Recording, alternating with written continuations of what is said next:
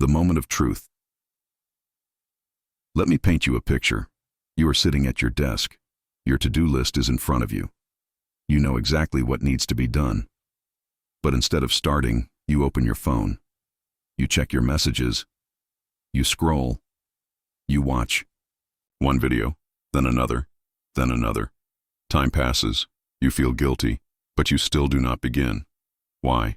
Why do we avoid the very things that matter the most to us? Why do we say, I will do it later, even when later never comes? This is not laziness. This is not weakness. This is something far more dangerous. This is procrastination. And it is the silent killer of your dreams. It does not destroy you in a loud, dramatic way. It does not scream. It whispers. It gently convinces you to wait.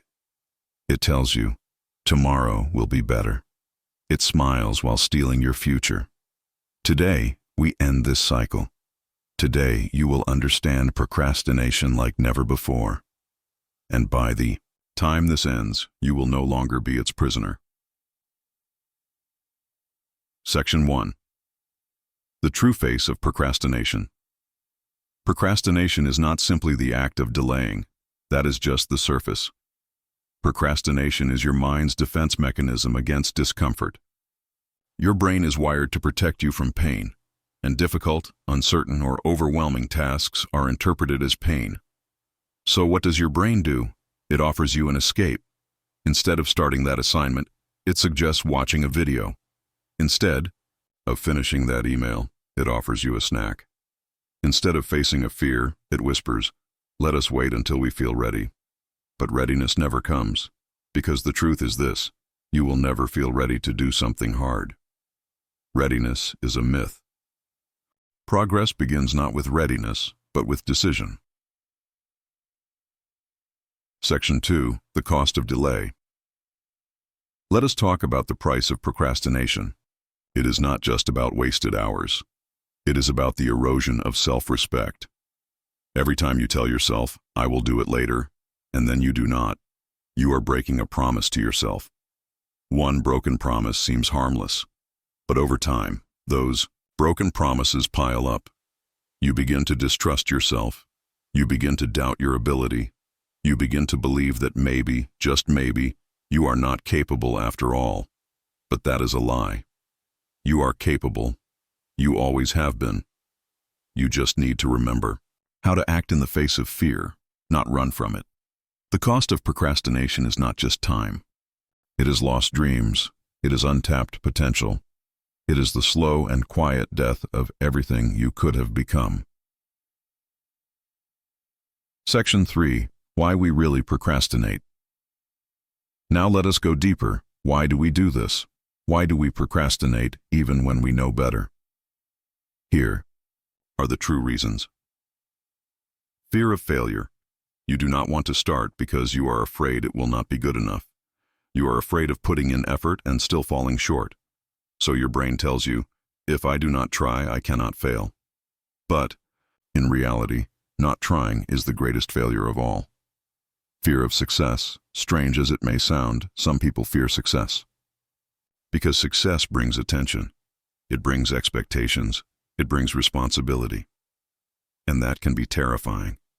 So you delay. Not because you cannot handle success, but because you have not yet learned to trust yourself with it. Perfectionism is the belief that if something cannot be done perfectly, it should not be done at all. It is a trap. It convinces you that unless the conditions are ideal, you must wait. But the perfect moment never arrives, and nothing perfect is ever created in one try. Progress comes through action, not perfection. Overwhelm. The task seems too big. So your brain says, let us do something easier. You escape. You run. But the mountain does not shrink. What you must do is break it into steps. You eat an elephant one bite at a time. Lack of identity. If you do not see yourself as someone who gets things done, you will subconsciously sabotage yourself. Identity drives behavior. If you believe you are inconsistent, you will act inconsistently. But if you begin to see yourself as disciplined, even in small ways, your actions will start to follow. Section 4. The Man Who Always Waited. Let me tell you a story. It is about a man named Thomas. Thomas was brilliant. He had ideas that could change the world. He had passion, vision, and talent. Everyone who knew him believed he was going to do something incredible, but there was one problem.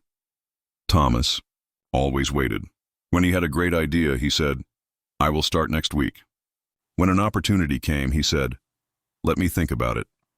When a challenge appeared, he said, "I will prepare first, then act." Days turned into weeks. Weeks turned into months. Months turned into years. And one day, Thomas looked around.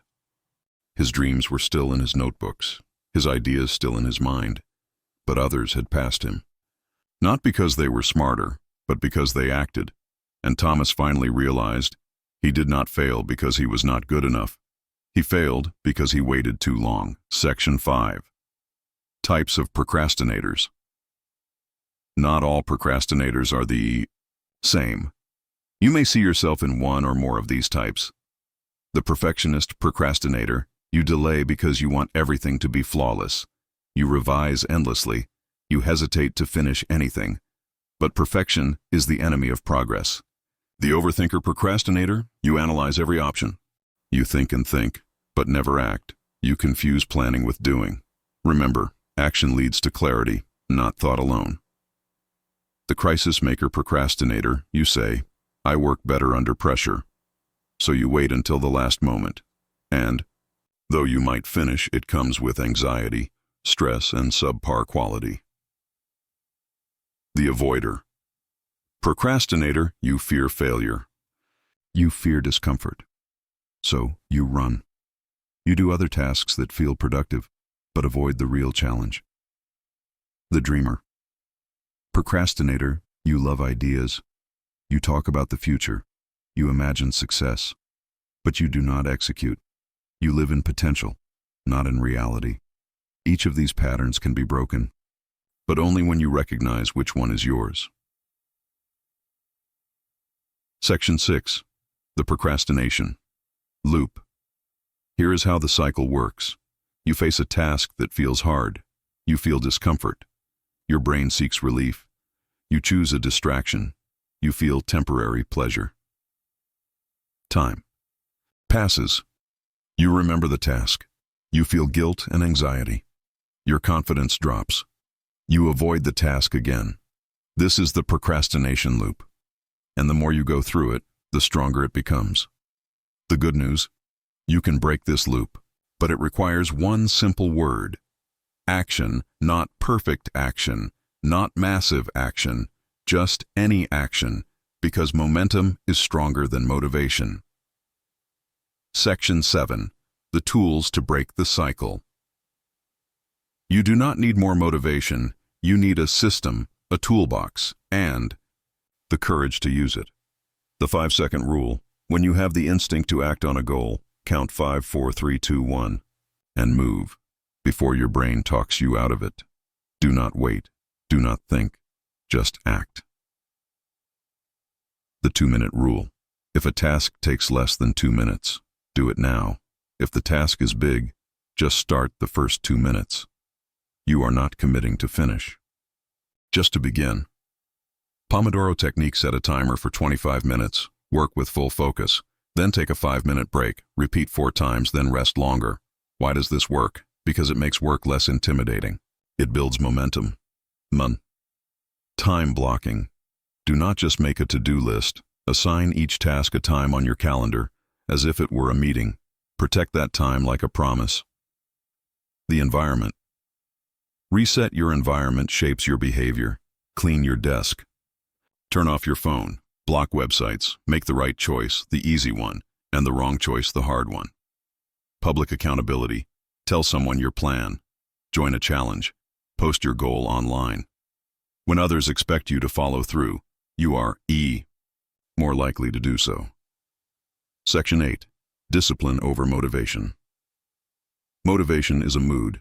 Discipline is a decision. The most successful people in the world are not always motivated, but they are consistent. They do not wait to feel ready.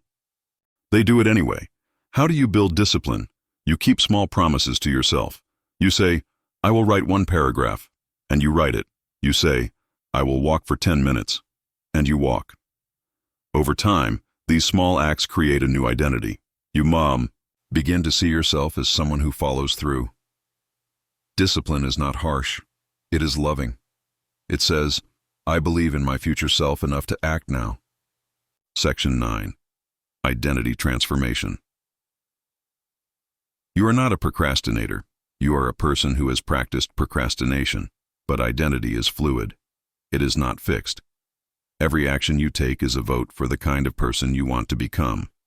Each time you choose to act instead of delay, you cast a vote for your future self. Want to become a focused person? Act like one. Even for 5 minutes. Want to become a finisher? Finish one thing today. Even if it is small. Transformation does not happen in one day, but it begins the moment you stop identifying with your past and start voting for your future. Section 10. The future you are building. Close your eyes for a moment and imagine this. You wake up without dread. You know what you need to do, and you do it. You finish your work without rushing. You no longer feel guilty, anxious, or overwhelmed. Instead, you feel powerful. Not because everything is easy, but because you have trained yourself to act even when it is hard. Your mind is clear. Your time is your own. Your goals are no longer distant dreams. They are daily reality. This future version of you is not a fantasy. It is built by what you choose to do today. Section 11. A letter to the procrastinator. Dear procrastinator, you are not broken. You are not lazy. You are not a failure. You are someone who is afraid.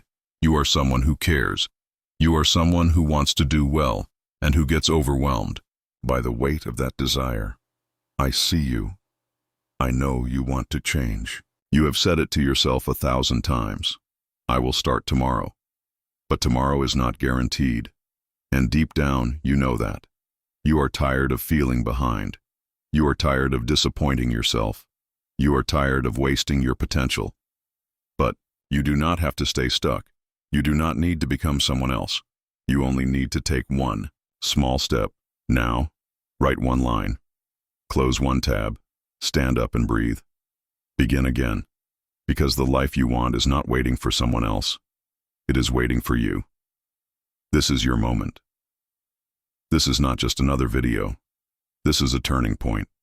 The fact that you are still here, still listening, still holding on, it means something. It means you are ready. Not ready in the sense of having everything figured out, but ready to stop running. Ready to stop hiding. Ready to stop letting fear lead your life. So take this moment right now and choose action, not because it is easy, not because you feel like it, but because your dreams are worth it, because you are worth it. Start now, not tomorrow, not someday, now. If this video inspired you, give it a like. Don't forget to subscribe and keep going on your English journey. You've got this. See you in the next one.